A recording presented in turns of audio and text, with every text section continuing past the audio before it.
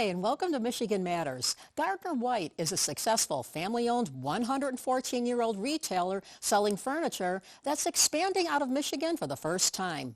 CEO Rachel Stewart is here to talk about it. Then the roundtable of Jeff Donofrio, Susie Avery, and Bill Wild is waiting in the wings to discuss a hectic time with politics, the economy, and a war impacting things here at home. It's a show about important issues impacting your home, your business, your community. Let's get started. From CBS Detroit, this is Michigan Matters with Carol Kane. Michigan Matters is brought to you in part by Cure Auto Insurance. And we're joined by Rachel Stewart, President and CEO of Gardner White, who is celebrating their 114th anniversary this time during 2026. Congratulations. Welcome back to the show. Thank you. Great to be here. So the company was started by, is it your great-grandfather? It's been in our family since my great-grandfather, yes. Oh my gosh. And you're still growing, which is amazing, 114 years later. Oh, we are having our biggest growth year ever. You just added 9 stores, and one is in Ohio. So how many stores with the 9 does that make? By the end of the year, we'll be at 32. Okay. And you're in outside Toledo, right? So this will be a really exciting year in the next couple of months here. This spring we'll open in a bunch of markets that are new to us, including Lansing, Toledo, Grand Rapids, Traverse City. So we're really excited to be there. You had acquired a company, right? Was that some of these stores through them? Some of these were through, some of them are former Value City boxes. Okay, so Gardner White was started actually in Detroit by your great-grandfather. Your headquarters still in Warren. Yep. And you just opened up a new store in downtown Detroit, right? Yep. And it's by the Hudson building. Directly across the street. So how is the Detroit store going? It's great. Actually, a fun fact that I find fascinating, in 1912, when Gardner White was started, there was 140 home furnishing stores in the city of Detroit. Isn't that spectacular? Wow. And now, I mean, think about that. So, we've come a long way. Detroit's evolved. But what's been great is that the store is doing really well. The more and more activity you see downtown, when GM moved in, suddenly sales went up because there's just more and more activity in that core area. So it's been really nice to see that it's a good financial investment now, too, and it's a statement on where our city is. So the folks at Bedrock and GM, when they're out taking their little walk around during the lunch hour, they can go on with a little shopping, take a look at what's there. Also some great food around the area. There's so much that stuff. The people who have not been to Detroit in, say, 5 years, who come back downtown, are blown away when they see what's happened there. So your timing is impeccable. You also have your first outlet store too, right? Yep. We're about to open our first 2 outlets in Clinton Township and Novi. Really excited to test that out as a freestanding format. So with all the pressure from online and a lot of retailers closing their box top stores, how do you look at it? Because you're adding actual stores. Yep. So how much of what you're doing is online versus in-person shopping? Our view is that, so first, pretty much all consumers go to your website before they come into the store. So we call that storefront zero.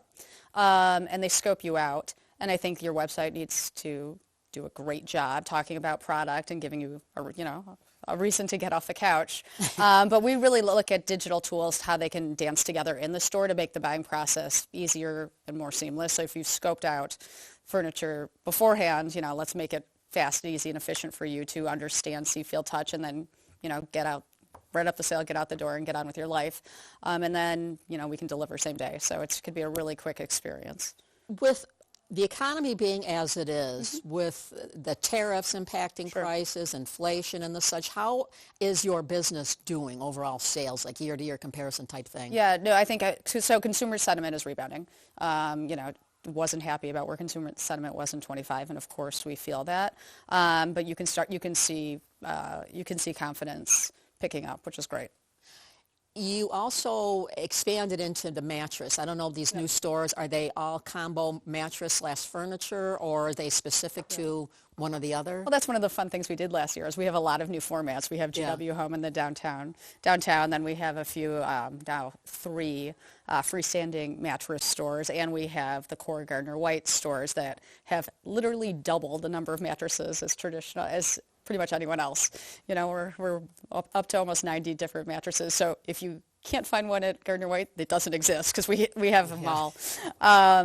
But so it's a combination, and I think, we're trying to meet consumers where they are. Some people just want a bed, which is why you see them coming to a mattress store, and others want a different experience. So we're trying to offer that breadth of experience really well to this market. When you're looking at different price points, are you going out of your way to include more high-end, lower price? How? Our view is everyone should live beautifully at every price point. So we have that's why we need bigger footprints, and you're looking at us opening 100,000 square foot plus stores, so you can offer depth and breadth at all price points and at all styles, because furniture is unique. It's, a mattress is something of a commodity item, with the exception of there really are differences, and it's specific to your people body. Still want to go into the store and actually lay it on the mattress to see. Never buy a mattress without testing it out. Please. Where's the CEO of Gardner White here? So hold that thought. Well, I've said I picked the wrong one, and hello. We're going to take a quick break here. We can continue the conversation. Don't touch that remote.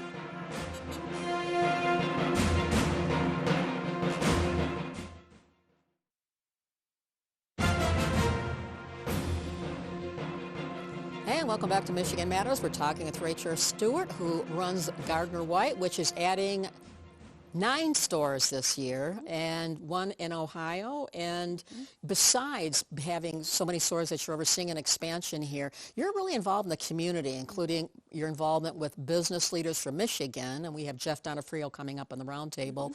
How do you find time to juggle? Because what you're doing here is just amazing. Well, I think, first, I love it. So you figure it out and you try to make the right choices every day. But I really love being a member of this community, and I think this business community. I mean it sincerely. I think it is very unique in how cohesive it is trying to advance our community in every way, be it education, economic development, et cetera, et cetera. So I think, it's fun, but I think, to really thrive in this community, you really need to be a part of it. You're also the presenting sponsor of the Thanksgiving Day Parade, which I know that's a lot of whatever, and you guys came in and saved the day on that one too. In fact, I think you have a new float coming up, right? We have, it's the 100th anniversary. You got to go in big. So are you and Tony planning what your new float's going to be? Tony will come with us with about 1,000 ideas, all good, and then we'll have to. Can you give me one word to describe what the new thing will revolve around? No, I think we're really focused on everything kids. So, and I also just want it to be fun for kids. That's what makes the parade the parade. So that's where our head's at. The parade is amazing. But I can't give you a teaser because I have no idea. You could tell me something and it may change. Right, exactly. There we go. Well, you also involved with offering CPR classes at your stores. You teamed up with Henry Ford Health and the American Heart Association. Why is this issue important? I think, when you talk to the folks at Henry Ford, it's immediately obvious. It's why it's important. And it's, the great thing about a furniture store, it's a very comfortable community space. So whenever there's a need, our answer is pretty much always yes. And it's it's easy for us to do. And those are great partners. They're both so active in our community that, they ask. Bob Riney and So when it comes to the stores, is this an ongoing thing where you just will announce you're going to have CPR classes at the store? Or? Yeah, sign up on our website and we'll send announcements. Last year, one of my favorite facts is we did 70 different community events in our store, and we're already off to a start in 26. We've already done CPR. Are they all revolve around CPR? Everything. Issues, so. Everything. There'll be a ton. I think we'll have a focus on youth literacy, so definitely expect that. Something to look forward to coming up here? I think so. We're working on it. You want to highlight it with your friends here watching? Right now, well, I could, but it might change. But we're really focusing on early age, so 0 to 5 literacy, and 0 to 5 everything, but I think we'll start with literacy this year.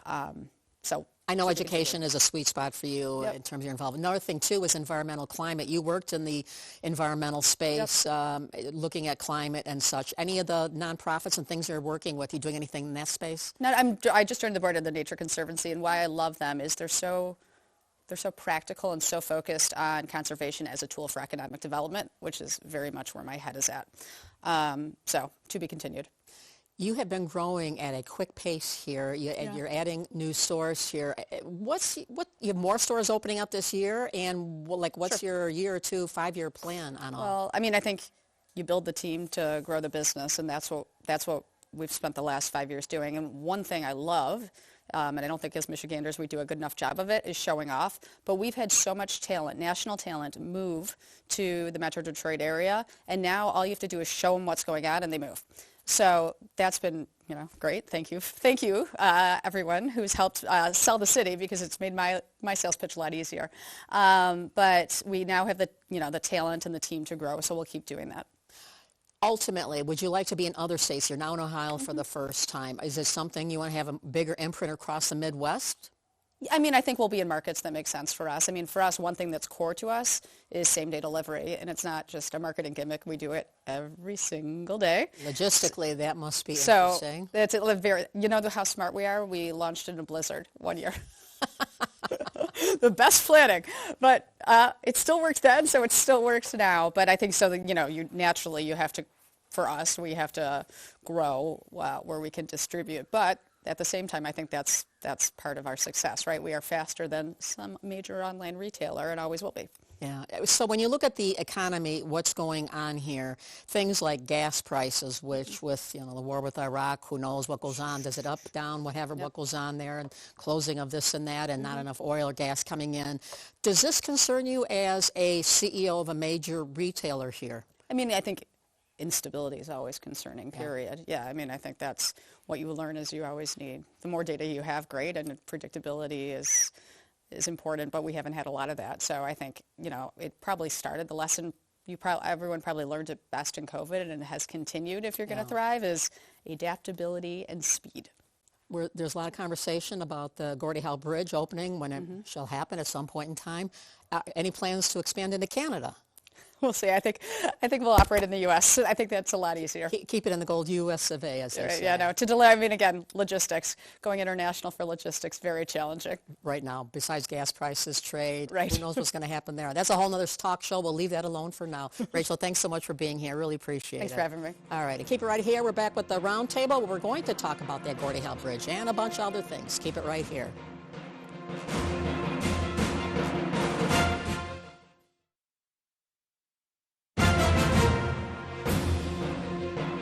Welcome back to Michigan Matters. We're joined by the roundtable of Jeff Donofrio, President and CEO of Business Leaders for Michigan, Susie Avery, who's been President and CEO of countless organizations and is the former chair of the Michigan Republican Party and now a strategist.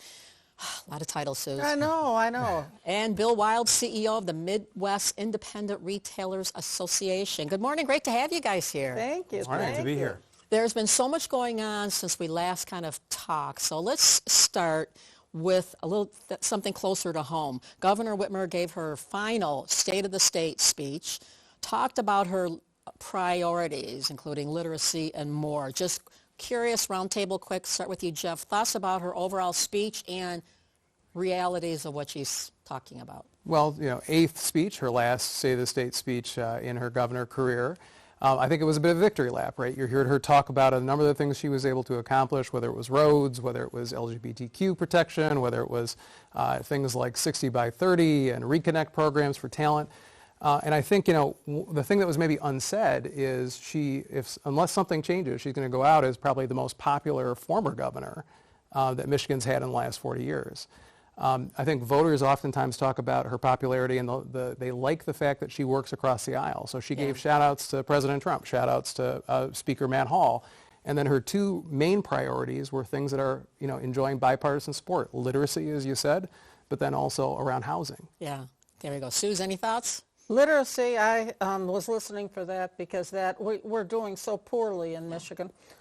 In terms of that, we've talked about that a lot around the roundtable, but something's got to be done. I mean, we cannot keep going this way and attracting people into Michigan.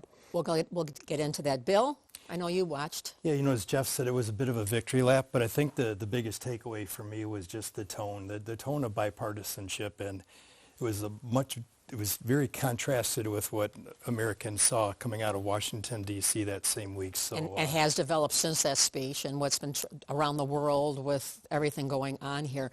I know, Bill, one of the things that you run Mira, how many retailers are involved with that, by the way?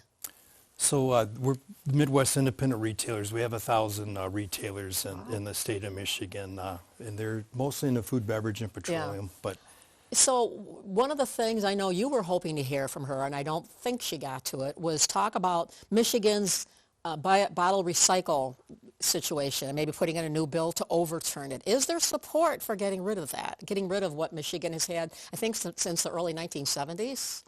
Yeah, it was put in act in 1970, almost, it was 50 years ago. Wow. We'd encouraged the governor to talk about a repeal of it. It's going to be a heavy lift. Whenever there's talk about expanding the bottle bill or repealing it, quickly people dig in on both sides. But the participation rate continues to go down. It's very tough on business people, and All right. consumers don't seem like they like it. Let's have an honest reality check here around the table. Who recycles? You recycle your bottles? Do you take them to a store? I take it to the store. In fact, I got $7, so you can see how much Crown Royal I've been drinking. But I take it to the store. We don't have recycling where I live, and so I take the bottles back to the store. Jeff? We recycle. I would say I am sporadic on taking it to the store, though. Well, all right, Bill. My college-age children, they still take them back, and we do recycle. Oh, that's called punting it down the field there. But Yeah. we're probably in the minority on that. So. Well, there we go. There we go. So also the other thing, let's talk a quick second here about replacing Governor Whitmer. She's done this at the end of this year. She's in lame duck situation, frankly, and many of the things she's hoping to do here. Let's talk about the Republican side of the aisle, Susie, since you're the former chair of the party. Perry Johnson, businessman who ran before, is now in, saying he's going to spend $10 million and trying to do it. What do you see as his chances against John James and Mike Cox and Eric Nesbitt and Tom Leonard and Anthony Hudson? How do you see his chances? I say good luck. What he's doing right now is trying to bring down James's numbers. I mean, and a lot of them are trying to do that. But not Tom Leonard. He's in it, and he said he's not going to he's not going to say anything against the other folks. But Perry Johnson's got to do something to raise. Can $10 million do it? You know about boots on the ground in terms of ground retail, politicking. But in August, when the primary is, which is going to determine which candidate goes forward, do you expect that $10 million will help? He's decided what his issue is. Apparently, it's no income tax, and for the state. But he's got to get. This is the only way he can get his message out, because nobody in the Republican Party knows him. Yeah. I mean, he's run a couple of times before. He's not like a grassroots person. So Garland Gilchrist, Lieutenant Governor, was going to run for governor, dropped that bid, is now running for a Secretary of State. Conversation about John James, who's running for governor on the Republican side. Trump has said publicly he'd prefer he stay where he is and not run for it. Do you think there's a chance that John James may listen to Donald Trump? Well, there's a date coming up. It's April 21st, which is the filing deadline for the governor's race. So if the president doesn't endorse before then, you might see a couple Republicans drop out of the race. And as far as Secretary of State, Garland Gilchrist, I know that this wasn't particularly the position that he wanted, but at the end of the day, it's probably something that he's best suited for, and I think he's got a great chance. Yeah, well, it's going to be an interesting year ahead of here. And speaking of that, there's going to be more conversation and more interesting things being talked about. Keep it right here.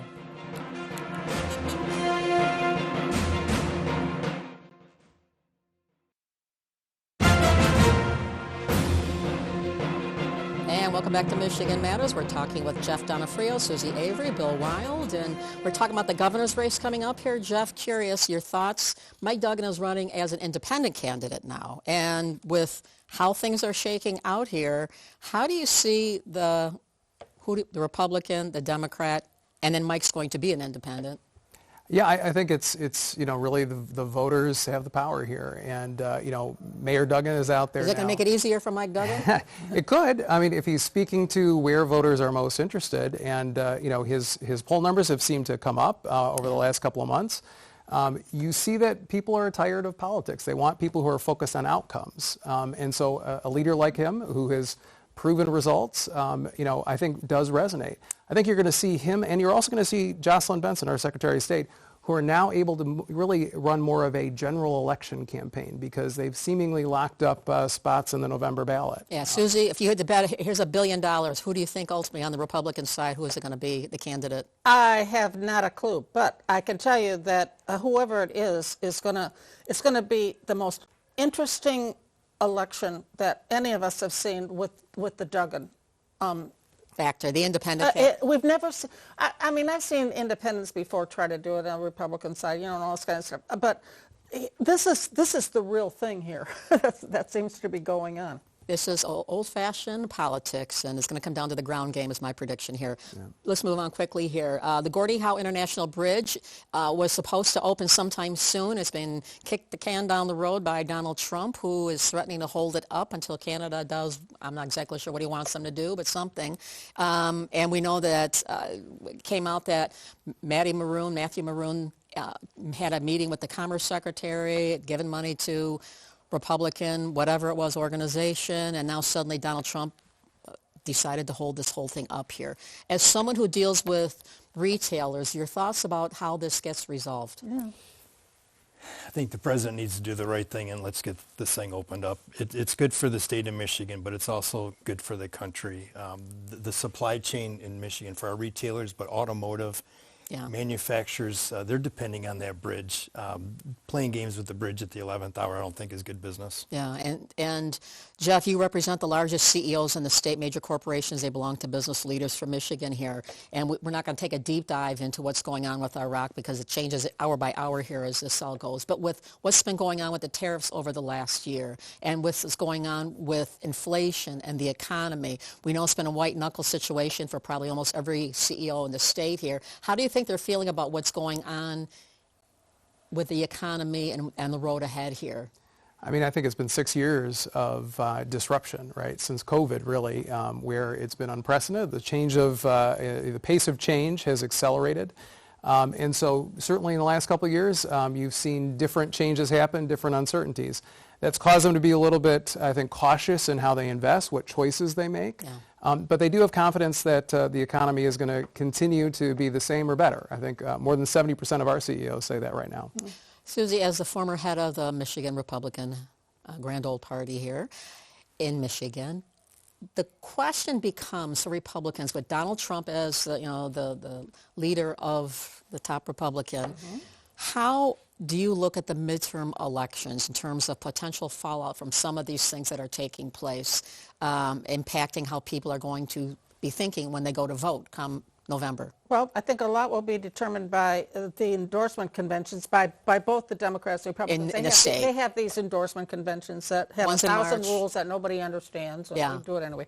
But I think that he still has a great deal of a base that people don't recognize. And I think that base isn't maybe the top echelon of how you might think of millionaires type of things, but he has a base, I'm telling you, that is more of a working class base than people give him credit for. Do you think because of the fact he campaigned talking about America first and putting so pocketbooks and the average American would see better situation, and we see that that's not necessarily translating as we speak here, will the base be impacted? Yeah, I think it's going to come back around. I think that you're going to see a big change in the economy coming up in the next probably 5 months before the midterms. But on the other hand, everyone's watching this carefully. I mean, Democrats, Republicans, Independents, everyone's watching and trying to figure out what is going to happen next. Yeah. And a lot of it, some people put too much of it on the federal government, and some people put too much on the state government, and some people put it too much on their local government. But I think America goes on. We're a great country, and I think we're going to stay that way. Bill, real quickly here, you represent lots of independent retailers around the Midwest here, and their level of how they're feeling about the state of things right now. There's a lot of anxiety in small business owners right now.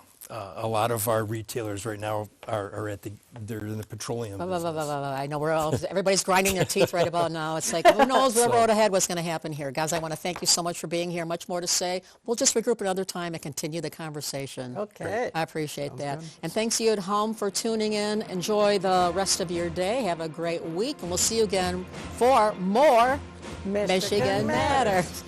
Take care.